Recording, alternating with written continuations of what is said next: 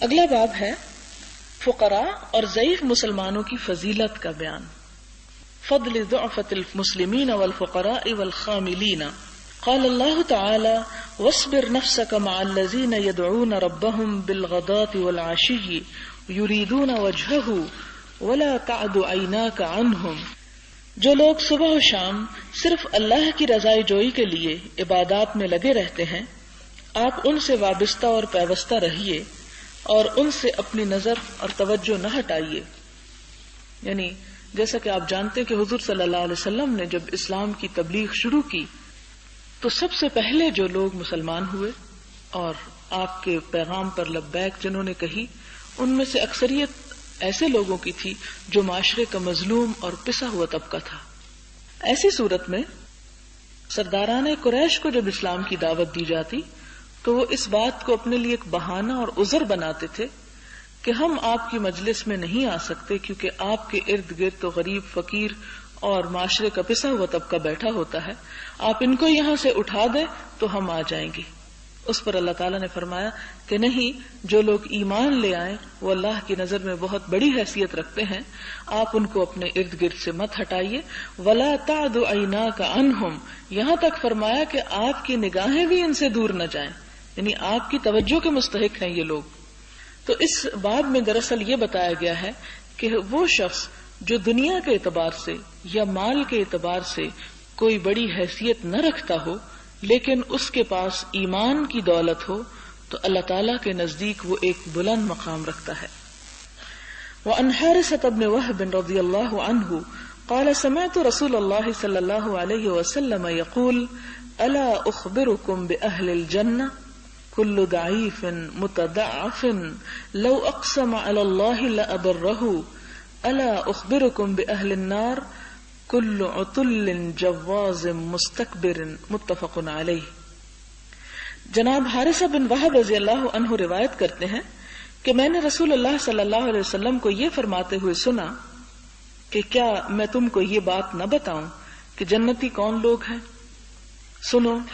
ہر وہ کمزور شخص جو کمزور اور حقیر سمجھا جاتا ہے وہ جنتی ہے. ہر وہ کمزور شخص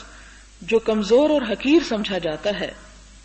لیکن اس کے ساتھ ایمان ہے، یہ نہیں کہ ایمان بھی نہیں اور دنیا بھی نہیں تو وہ بھی قریب ہے اللہ کے، وہ اگر اللہ کے اعتماد اور بھروسے پر قسم کھا لے تو اسے اللہ تعالیٰ پورا فرما دیتا ہے. یعنی دنیا میں کوئی حیثیت نہ ہونے کے باوجود اللہ کے اتنے قریب ہے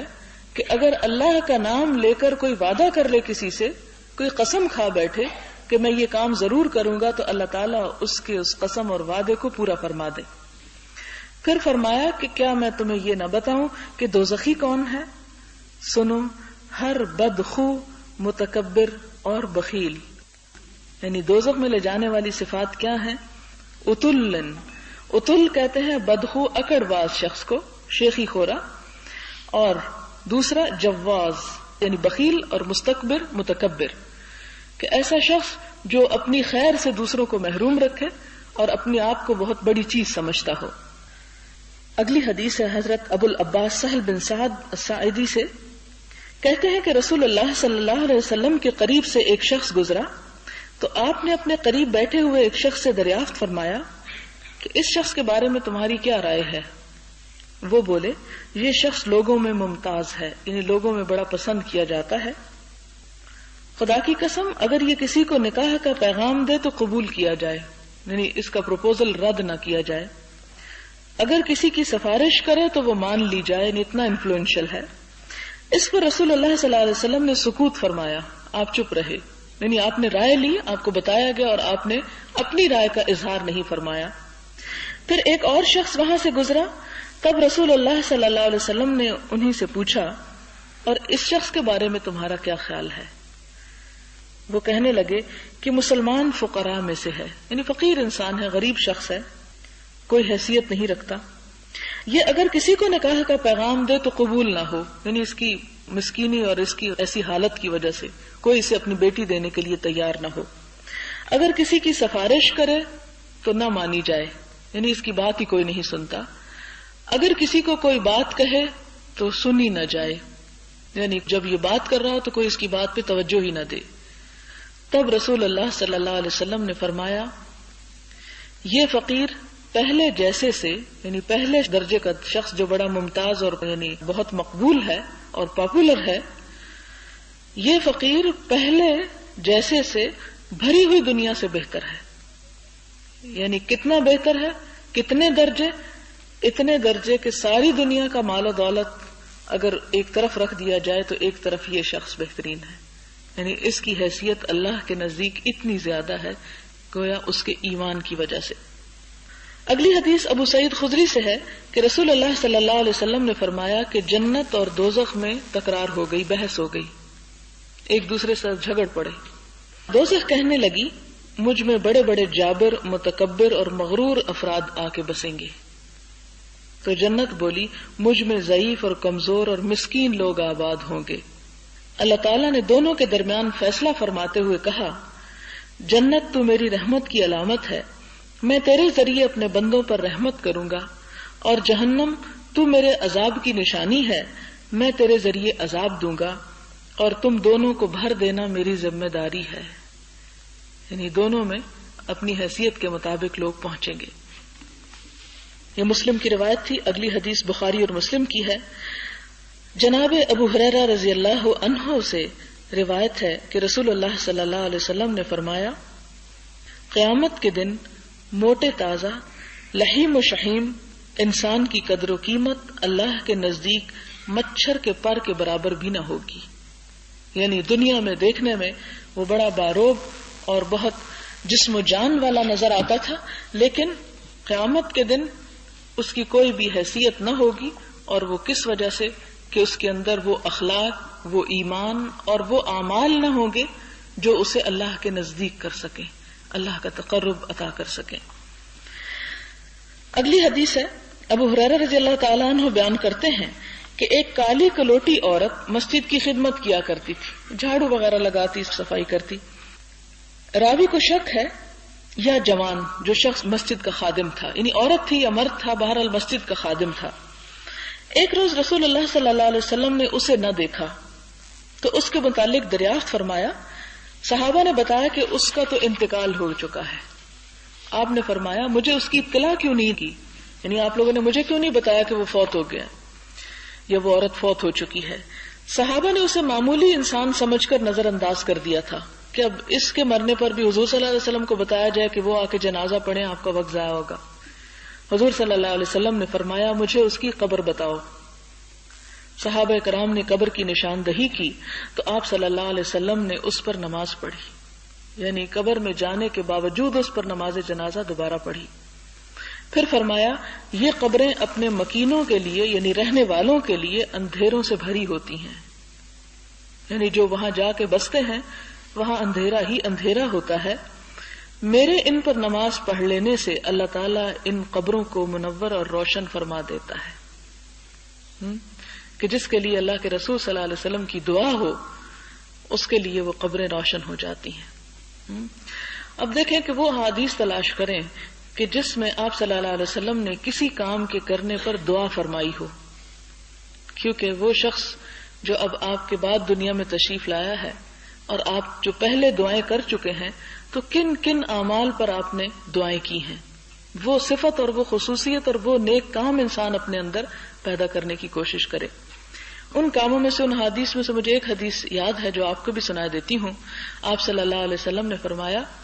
نضر اللہ امرأ سمع مقالتی فحفظها فوعاها کہ اللہ اس شخص کا چہرہ تر و تازہ کر دے، بارونق کر دے کہ جس نے میری کوئی بات سنی پھر اس کو یاد کر لیا، اس کو حفظ کر لیا۔ کیونکہ عموماً ہم احادیث سنتے ہیں اور سن کے بھلا دیتے ہیں، نہیں اس کو یاد بھی کر لیا اور پھر کیا کیا، فبلغها اور پھر اس کو آگے پہنچایا، فأداها الی من سمعها جو اسے سننے والا ہو اس تک اس کو پہنچا دیا، فرب حامل فقہ الی من هو افقہ منہ کہ بہت سے بات سنانے والے ایسے ہوتے ہیں کہ جن کی نسبت بات سننے والے زیادہ سمجھدار ہوتے ہیں، کہ وہ زیادہ اچھی طرح سمجھ کے عمل کرتے ہیں۔ اس لیے یہ بھی آپ صلی اللہ علیہ وسلم کی دعاؤں میں سے ایک دعا ہے کہ انسان اللہ کے رسول صلی اللہ علیہ وسلم کے کلام یعنی احادیث کو سیکھے، سکھائے، انہیں یاد کرے، تو وہ بھی آپ کی دعا کا مستحق ہے۔ اسی طرح اور بھی کئی احادیث ہیں، اور بھی کئی اعمال ایسے ہو سکتے ہیں جن کا ہمیں اندازہ کرنا چاہیے کہ وہ کون کون سی چیزیں ہیں، تاکہ ہم ان میں سے کچھ ایسے کام کریں ہم بھی اللہ کے رسول صلی اللہ علیہ وسلم کی دعا سے مستفید ہو سکیں۔ پھر اگلی حدیث ہے کہ نبی صلی اللہ علیہ وسلم نے فرمایا، بہت سے پراگندہ شکل والے غبار آلود لوگ جن کو دروازوں سے دھکے دیے جاتے ہیں، یعنی لوگ ان کو اندر بھی نہیں آنے دیتے، اپنے بستر پہ بھی نہیں بیٹھنے دیتے کہ ان کے کپڑے گندے ہوتے ہیں، ایسے ہوتے ہیں کہ اگر وہ کسی بات پر قسم کھا بیٹھیں تو اللہ تعالیٰ ان کی قسم پوری کر کے رہتا ہے، یعنی اپنے ایمان، اپنے اخلاق اور اپنے دین کی وجہ سے وہ خدا کے نہایت قریب ہوتے ہیں۔ جناب اسامہ بن زید روایت کرتے ہیں کہ رسول اللہ صلی اللہ علیہ وسلم نے فرمایا، میں شب معراج جنت کے دروازے پر کھڑا تھا، یعنی حضور صلی اللہ علیہ وسلم تمثیلی طور پر، میں نے دیکھا کہ جنت میں اکثریت مساکین فقراء کی داخل ہو رہی ہے۔ جنت میں زیادہ تر وہ لوگ جا رہے ہیں جن کی دنیا میں کوئی حیثیت نہیں تھی، اور دولت مندوں کو داخلے سے روکا جا رہا ہے کیونکہ ان کا حساب لمبا ہے، اور دوزخیوں کو دوزخ میں لے جانے کا حکم دیا جا رہا ہے۔ اور دوزخ کے دروازے پر جب میں کھڑا ہوا تو وہاں میں نے عورتوں کو زیادہ تعداد میں داخل ہوتے ہوئے دیکھا۔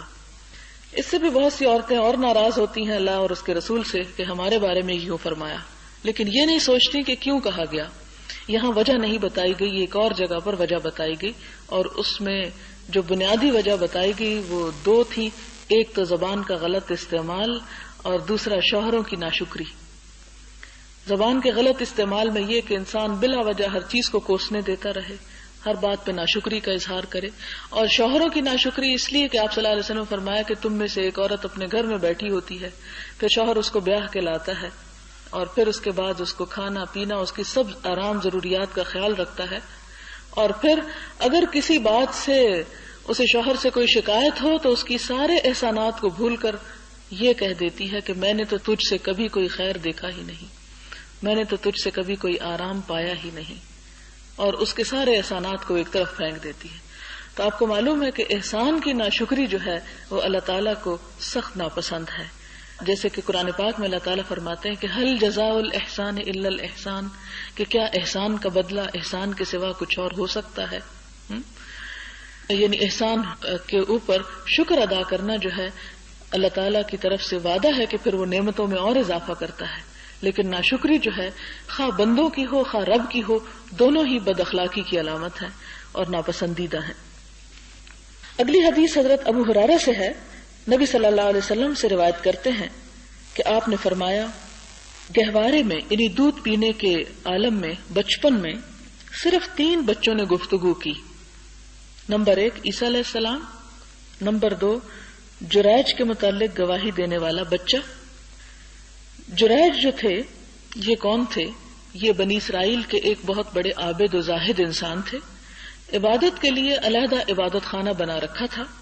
وہاں وہ مصروف عبادت تھے کہ ان کی والدہ آئیں اور ان کو پکارا۔ وہ نماز پڑھتے پڑھتے اللہ سے گویا ہوئے، اے اللہ، ایک طرف میری ماں ہے اور دوسری طرف نماز، یعنی نماز پڑھ رہے تھے کہ ماں نے آواز دی، مگر وہ نماز میں مشغول رہے، ماں کو کوئی جواب نہیں دیا اور وہ لوٹ گئیں، واپس چلی گئیں۔ دوسرے دن پھر ان کی ماں آئی اور وہ بدستور نماز میں مشغول تھے، ان کو آواز دی، اس نے پھر یہی کہا کہ اے اللہ میری ماں اور میری نماز، اور وہ نماز ہی میں لگے رہے۔ تیسرے دن پھر یہی واقعہ ہوا اور یہ نماز میں مصروف رہے، ماں کو کوئی جواب نہیں دیا۔ تب ان کی والدہ نے بد دعا دی اور کہا، اے اللہ اسے اس وقت تک موت نہ دینا جب تک یہ زانیہ عورت کا منہ نہ دیکھ لے، یعنی اس پہ تہمت نہ لگ جائے۔ بنی اسرائیل میں جریج کی عبادت گزاری کے بڑے چرچے ہونے لگے کہ بہت عابد شخص ہے، ہر وقت عبادت میں مشغول ہے۔ تو ایک بہت ہی حسین طوائف نے، جس کے حسن اور جمال کی مثال دی جاتی تھی، کہا دیکھو تو صحیح میں اس کو کیسے فتنے میں مبتلا کرتی ہوں اور اس کے عبادت کے غرور کو پارا پارا کرتی ہوں۔ وہ اپنے آپ کو بڑی چیز سمجھتا ہے، میں اسے بہکا سکتی ہوں۔ چنانچہ اس نے بہلانے پسلانے کے سارے حربے آزما ڈالے، مگر وہ اس کی طرف بالکل مائل نہ ہوئے۔ ان کی طرف سے مایوس ہو کر ایک گڈریے کو جو جریج کے عبادت خانے کے قریب ہی رہتا تھا اپنے آپ کو حوالے کر دیا، جس سے اسے حمل قرار پا گیا۔ جب بچہ پیدا ہوا تو لوگوں میں مشہور کر دیا اس طوائف نے کہ یہ بچہ جریج کا ہے۔ لوگ غصے کے عالم میں جریج پر چڑھ دوڑے، ان کو مارا پیٹا، عبادت خانہ ڈھا دیا اور پہاڑ سے نیچے اتار لائے۔ جریج نے ان سے پوچھا، آخر تمہیں کیا ہو گیا ہے جو مجھ سے یہ سلوک کر رہے ہو، کو مار رہے ہو، کو وجہ تو بتاؤ۔ وہ کہنے لگے، آپ نے فلاں طوائف سے زنا کیا جس سے ایک لڑکا بھی پیدا ہو چکا ہے۔ انہوں نے کہا، وہ بچہ کہاں ہے؟ چنانچہ وہ بچے کو لے آئے۔ تب جریج نے کہا، اچھا مجھے نماز پڑھ لینے دو۔ پھر نماز پڑھ کر بچے کے پاس آئے اور اس کے پیٹ میں ہاتھ مارتے ہوئے کہا، اے لڑکے تیرا باپ کون ہے؟ بچہ بولا، فلاں گڈریا۔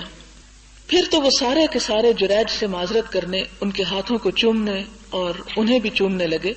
اور کہنے لگے کہ ہم تمہارا عبادت خانہ سونے کا بنا دیں گے، کیونکہ بچے نے، یہ چھوٹا سا بچہ جس کو ان کی طرف منسوب کیا گیا تھا، جو بول نہیں سکتا تھا، اس نے بول کے گواہی دی، میرا جو باپ ہے وہ فلاں ہے، گڈریا۔ تیسرا کون سا بچہ تھا؟ وہ بچہ جو اپنی ماں کی گود میں لیٹا دودھ پی رہا تھا کہ وہاں سے ایک تیز رفتار سواری پر ایک شخص گزرا جو عمدہ پوشاک پہنے ہوئے تھا۔ ماں نے دعا کی کہ اے اللہ میرے اس بیٹے کو بھی اس جوان جیسا بنا دینا۔ بچے نے دودھ پینا چھوڑ کر اس شخص کی طرف دیکھا، پھر کہنے لگا، اے اللہ مجھے اس جیسا نہ کرنا۔ تو یہ تین بچے ایسے ہیں کہ جو بچپن میں بولے، حضرت عیسیٰ علیہ السلام، اور وہ بچہ جو جریج کی طرف منسوب کیا گیا، اور یہ تیسرا بچہ جسے اللہ تعالیٰ دین میں کوئی بڑا رتبہ عطا کرنا چاہتا تھا اور اس کی ماں نے اس کے لیے دنیا کی بڑائی چاہی تھی، تو اسے بھی اللہ تعالیٰ نے بولنے کی طاقت دی، کیونکہ اللہ تعالیٰ جب اپنا کوئی کام کرنا چاہتا ہے تو اس کے لیے پھر خلاف واقع اور خلاف عادت کام بھی کروانے کی طاقت رکھتا ہے۔ راوی کہتے ہیں کہ رسول اللہ صلی اللہ علیہ وسلم کی اس وقت کی کیفیت میری نظروں میں پھر رہی ہے کہ آپ اپنی انگشت مبارک منہ میں ڈال کر اور اسے چوس کر بچے کے دودھ پینے کا نقشہ دکھا رہے ہیں، کہ وہ بچہ جو تیسرے نمبر پہ بولا، جب آپ اس کا قصہ سنا رہے ہیں تو آپ نے اپنا انگوٹھا بھی منہ میں لیا ہوا ہے اور اسے عملی طور پہ کر کے دکھا رہے ہیں۔ پھر آپ نے فرمایا، کچھ دیر بعد وہاں سے کچھ لوگ ایک لونڈی کو مارتے پیٹتے ہوئے گزرے۔ وہ اسے کہہ رہے تھے کہ تو نے زنا کیا، تو نے چوری کی، مگر وہ جواب میں حسبی اللہ و نعم الوکیل کہی جا رہی تھی۔ ماں نے یہ کیفیت دیکھ کر دعا کی، اے اللہ میرے بیٹے کو اس لونڈی جیسا نہ کرنا۔ لڑکے نے پھر دودھ سے منہ ہٹا کر اس لونڈی کو دیکھا اور کہا، اللہ مجھے اس لونڈی جیسا ہی کر دے، کہ حسبی اللہ و نعم الوکیل جو پڑھ رہی تھی۔ اب ماں بیٹے میں گفتگو ہونے لگی۔ ماں کہنے لگی، ایک خوشپوش جوان کو دیکھ کر تیرے لیے اس جیسا ہونے کی دعا کی، مگر تو نے کہا اے اللہ مجھے اس جیسا نہ کر۔ اور پھر لوگ ایک لونڈی کو پکڑے ہوئے اور اسے مارتے پیٹتے، زنا اور چوری کی تہمت لگاتے ہوئے گزرے، اور میں نے دعا کی کہ اے اللہ میرے بیٹے کو ایسا نہ کر، مگر تو نے دعا کی کہ اے اللہ مجھے اس لونڈی جیسا کر دے۔ تب بیٹا بولا، وہ سوار رعنا یعنی خوبصورت جوان ایک ظالم شخص تھا، اس لیے میں نے کہا اے اللہ مجھے ایسا نہ کر۔ اور وہ لونڈی کہ سبھی اس پر زنا اور چوری کی تہمت لگا رہے تھے، مگر اس نے نہ زنا کیا نہ چوری کی، اس لیے میں نے کہا اے اللہ مجھے ایسا کر دے۔ تو یہ حدیث اصل میں یہاں اس لیے لائی گئی ہے کہ بتایا یہ جائے کہ ایک شخص دنیا کی نظروں میں اگرچہ بہت ہی بے بس ہو، کمزور ہو، اور تمام طرح کے الزامات اس پر عائد ہو رہے ہوں اور دنیا میں اس کی کوئی حیثیت نہ ہو، لیکن اگر ایمان اور عمل میں وہ شخص اللہ کے قریب ہو تو دراصل وہی خوش قسمت ہے، اور ایسے ہی لوگوں جیسے بننے کی تمنا کی جانی چاہیے۔ اگلا باب جو ہے، یتیم اور لڑکیاں اور تمام ضعیف اور مساکین میں سے ہر ایک کے ساتھ نرمی اور احسان اور شفقت کے ساتھ پیش آنے کا بیان، اور یہ کہ ان کے ساتھ تواضع اور انکساری اور خاکساری کا برتاؤ کرنا چاہیے۔ کس کس کے ساتھ؟ یتیم، بیٹیاں، تمام کمزور لوگ اور مسکین اور منکسرین، ان سب کے ساتھ احسان اور شفقت کی جانی چاہیے۔ قرآن پاک کی آیات میں سے ایک آیت اس کے بارے میں ہے، وَخْفِضْ جَنَاحَكَ لِلْمُؤْمِنِينَ، کہ اپنے بازو مسلمانوں کے لیے جھکائے رکھو۔ وقال تعالی واصبر نفسك مع الذين يدعون ربهم بالغداة والعشي يريدون وجهه ولا تعد عيناك عنهم تريد زينة الحياة الدنيا، جس کا معنی ہے آپ اپنے آپ کو ان لوگوں کے ساتھ وابستہ کیے رکھیے جو اللہ تعالیٰ کی خوشنودی اور رضا جوئی کے لیے صبح و شام عبادت کرتے ہیں اور کسی دنیاوی زندگی کی رونق کے وجہ سے آپ کی نظر اور عنایت ان کی طرف سے ہٹنے نہ پائے۔ پھر اللہ تعالیٰ نے فرمایا فَأَمَّا الْيَتِيمَ فَلَا تَقْهَرْ وَأَمَّا السَّائِلَ فَلَا تَنْهَرْ، یتیم پر سختی نہ کرو اور سائل کو مت جھڑکو۔ وقال تعالی ارأیت الذی یکذب بالدین فذلک الذی یدع الیتیم ولا یحض علی طعام المسکین، کیا آپ نے دین کے جھٹلانے والے کو دیکھا؟ یہ وہی تو ہے جو یتیم کو دھکے دیتا ہے اور محتاج کو کھانا کھلانے کی ترغیب نہیں دیتا۔ مراد یہ کہ ایسا شخص حقیقت میں آخرت پر کوئی ایمان نہیں رکھتا۔ پہلی حدیث ہے، جناب سعد بن ابی وقاص بیان فرماتے ہیں کہ ہم 6 افراد حضور صلی اللہ علیہ وسلم کے ساتھ تھے، ان میں سے 2 کے نام میں بھول گیا ہوں، باقی 4 میں ایک میں تھا، ابن مسعود تھے، بلال تھے اور ایک صاحب حذیل تھے۔ تب مشرکین قریش نے جناب نبی کریم صلی اللہ علیہ وسلم سے کہا کہ آپ ان لوگوں کو اپنے پاس سے ہٹا دیجئے، یعنی بلال، حذیل اور ابن مسعود، ان کو اپنے دربار سے اٹھائیے تاکہ ہم حاضر ہو سکے، کیونکہ اگر ہم ان کے ساتھ بیٹھ گئے تو یہ ہم پر دلیر اور جری ہو جائیں گے، یعنی ان کے دلوں سے ہمارا رعب ہٹ جائے گا۔ اللہ تعالیٰ کی طرف سے اس وقت نہ جانے رسول اللہ صلی اللہ علیہ وسلم کے قلب مبارک میں کیا خیال آیا کہ آپ کچھ سوچنے لگے، تب یہ آیت نازل ہوئی وَلَا تَطْرُدِ الَّذِينَ يَدْعُونَ رَبَّهُمْ بِالْغَدَاةِ وَالْعَشِيِّ يُرِيدُونَ وَجْهَهُ، اور آیت کیا تھی کہ آپ ان لوگوں کو اپنے پاس سے نہ اٹھائیے جو اللہ تعالیٰ کی خوشنودی اور رضا جوئی کے لیے صبح و شام عبادت کرتے رہتے ہیں، کہ اللہ تعالیٰ نے اپنے حبیب محمد صلی اللہ علیہ وسلم کو اس بات کی اجازت نہ دی کہ آپ غریبوں کو اپنی مجلس سے اٹھائیں۔ ہو سکتا ہے کہ آپ کے دل میں خیال آیا ہو کہ چلیں اگر یہ اب چلے جائیں اور یہ دوسرے لوگ بیٹھ جائیں تاکہ انہیں میں دین کا کچھ ایمان کی دعوت دے سکوں، لیکن آپ کو اس چیز کی اجازت نہ دی گئی۔ اگلی حدیث جناب ابو حبیرہ عائض بن عمرو مزنی رضی اللہ عنہ جو بیت رضوان کے شرکاء میں سے ہیں روایت کرتے ہیں کہ ابو سفیان رضی اللہ عنہ جناب سلمان فارسی، صہیب رومی اور بلال رضی اللہ عنہم اور ان کی جماعت کے پاس سے گزرے تو انہوں نے کہا اللہ کی تلواروں نے اللہ کے دشمن سے ان کا حق وصول نہیں کیا۔ حضرت ابو بکر صدیق رضی اللہ عنہ نے ان حضرات سے کہا کہ تم قریش کے سردار اور شیخ کے لیے ایسی بات کہہ رہے ہو، اور پھر حضور صلی اللہ علیہ وسلم کے پاس آ کر یہ واقعہ سنایا تو حضور صلی اللہ علیہ وسلم نے فرمایا اے ابو بکر کہیں وہ تمہاری بات سے ناراض نہ ہو گئے ہوں، اگر تم نے ان کو ناراض کر دیا تو گویا اپنے رب کو ناراض کر دیا۔ تب جناب ابو بکر ان حضرات کے پاس آئے، یعنی یہ بلال، سلمان وغیرہ کے، اور فرمایا کیوں بھائیو، کیا تم میری بات سے ناراض ہو گئے؟ وہ کہنے لگے نہیں ہمارے بھائی، اللہ تعالیٰ آپ کی مغفرت فرمائے۔ یہاں پر یہ جو جملہ بولا گیا ہے کہ فقالوا ما اخذت سیوف اللہ من عدو اللہ ما اخذها، کہ اللہ کی تلواروں نے اللہ کے دشمن سے ان کا حق وصول نہیں کیا، یعنی ابھی ان لوگوں نے دین کی راہ میں کوئی بڑا کام نہیں کیا۔ پھر اسی طرح اگلی حدیث ہے حضرت سہل بن سعد سے کہ نبی صلی اللہ علیہ وسلم نے فرمایا کہ میں اور یتیم کا کفیل، یعنی یتیم کی پرورش کرنے والا، جنت میں یوں برابر برابر ہوں گے، اور آپ نے شہادت کی انگلی اور درمیان کی انگلی سے اشارہ فرمایا،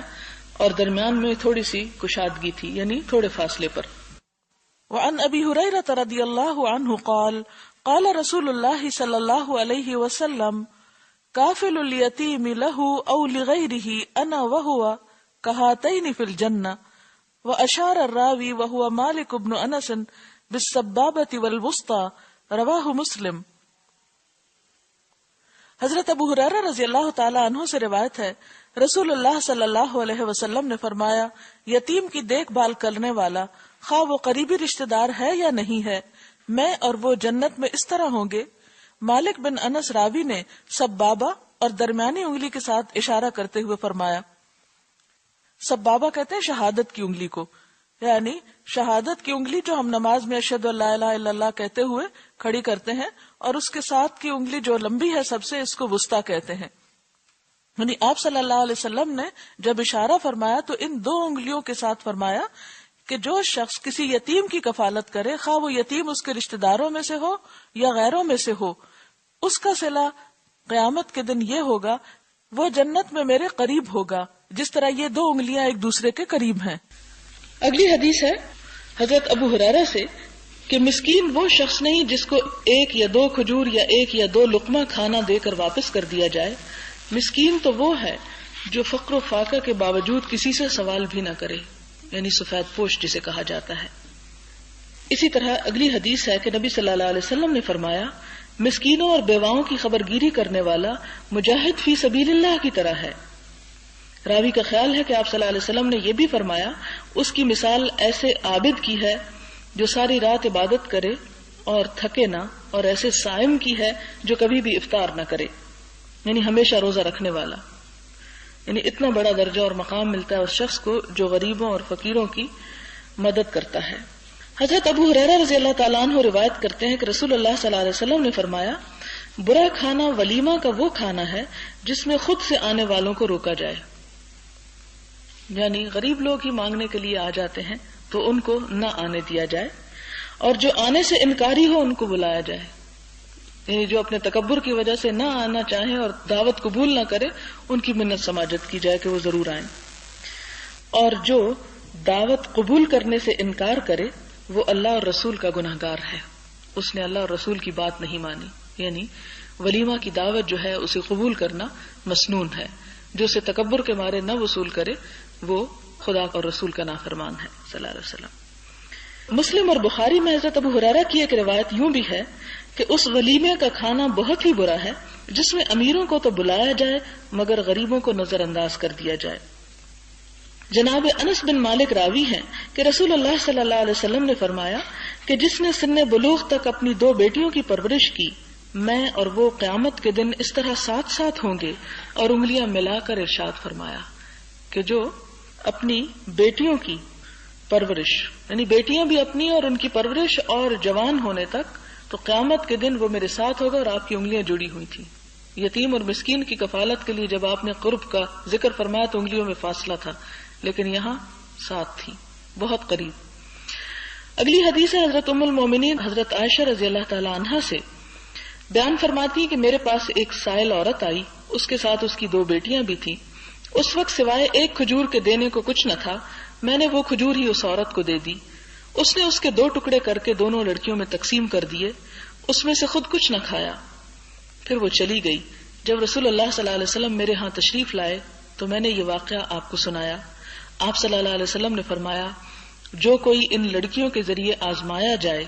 اور وہ ان کے ساتھ اچھا سلوک کرے تو وہ لڑکیاں آتش دوزخ سے اس کے لیے پردہ اور آڑ بن جاتی ہیں، کیونکہ ہر دور میں لڑکیوں کی پرورش کرنا اور انہیں کھلانا پلانا ایک بوجھ سمجھا گیا، لیکن جو شخص آزمایا جائے، یہاں جو لفظ آیا ہے کہ آزمایا جائے، مراد یہ کہ حالات بھی تنگ ہو اور آسانی سے پرورش نہ کر سکتا ہو، پھر پرورش کرے، اور خاص طور پر ایسی حالت کہ جب کسی بیٹی کو اس کے گھر سے واپس بھیج دیا جائے تو اس وقت خصوصی طور پر اس کو لک آفٹر کرنا جو ہے بہترین نیکی کے کاموں میں سے ہے۔ ایک اور حدیث ہے جو اسی معنی میں ہے کہ ایک مسکین عورت حضرت عائشہ کے پاس آئی، اس کے پاس 2 لڑکیاں بھی تھیں، میں نے اس کو 3 کھجوریں دی، 2 اس نے لڑکیوں میں بانٹ دی،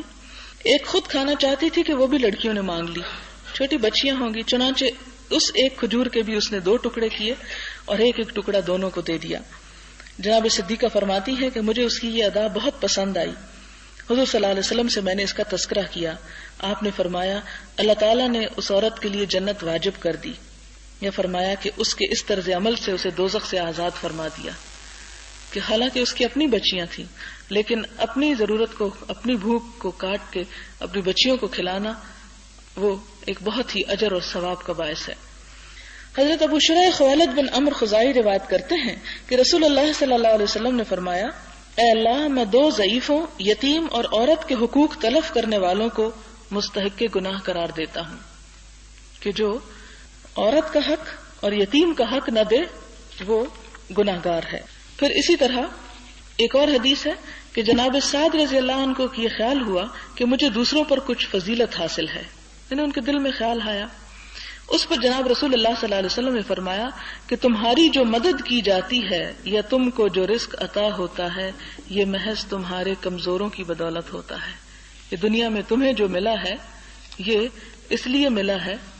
کہ تم کمزوروں کا خیال رکھتے ہو. امام بخاری رحمۃ اللہ علیہ نے اس روایت کو مرسلاً روایت کیا ہے، اور اگلی حدیث اور آخری حدیث ہے کہ ابو الدرداء امیمر رضی اللہ عنہ روایت کرتے ہیں کہ میں نے رسول اللہ صلی اللہ علیہ وسلم کو یہ فرماتے ہوئے سنا کہ میری رضامندی اپنے بے یار و مددگار ضعفاء میں تلاش کرو، یعنی ان کا خیال رکھ کر، کیونکہ تم لوگوں کی مدد اور تم کو رزق ضعیفوں کے طفیل ہی میسر آتا ہے، تو جو ان کی دیکھ بھال کرے گا انہیں دے گا، اللہ تعالیٰ اس کو بھی زیادہ عطا کریں گے. وآخر دعوانا الحمدللہ رب العالمین. صبح و شام کے وقت کی دعائیں. حضرت عبد الرحمن بن غنم نے کہا کہ رسول اللہ صلی اللہ علیہ وسلم نے فرمایا جو شخص صبح کی نماز کے بعد تشہد ہی کی حالت میں قبلہ رخ ہو کر مدرجہ ذات کلمہ توحید 10 مرتبہ پڑھے، یعنی 2 چیزیں ہیں کہ 10 مرتبہ کلمہ توحید پڑھے، اسی طرح مغرب کی نماز کے بعد تو اس کے نامہ اعمال میں 10 نیکیاں لکھی جائیں گی، 10 اس کی برائیاں معاف ہو جائیں گی، 10 درجے بلند ہوں گے، اور شام سے صبح تک گناہوں سے محفوظ رہے گا. وہ ہے لا الہ الا اللہ وحدہ لا شریک لہ لہ الملک ولہ الحمد بیدہ الخیر یحیی ویمیت وَهُوَ عَلَى كُلِّ شَيْءٍ قَدِيرٌ. یہ روایت جو ہے مشکات کی ہے، فصل دوم کی. باب کا نام ہے کہ انسان صبح اور شام کیا پڑھا کرے، کیا وظیفہ کرے، کیا ذکر کرے. لا الہ الا اللہ وحدہ لا شریک لہ لہ الملک ولہ الحمد بیدہ الخیر یحیی ویمیت وہو علی کل شیء قدیر. سبحانک اللہم وبحمدک نشہد ان لا الہ الا انت نستغفرک ونتوب الیک. والسلام علیکم ورحمۃ اللہ وبرکاتہ.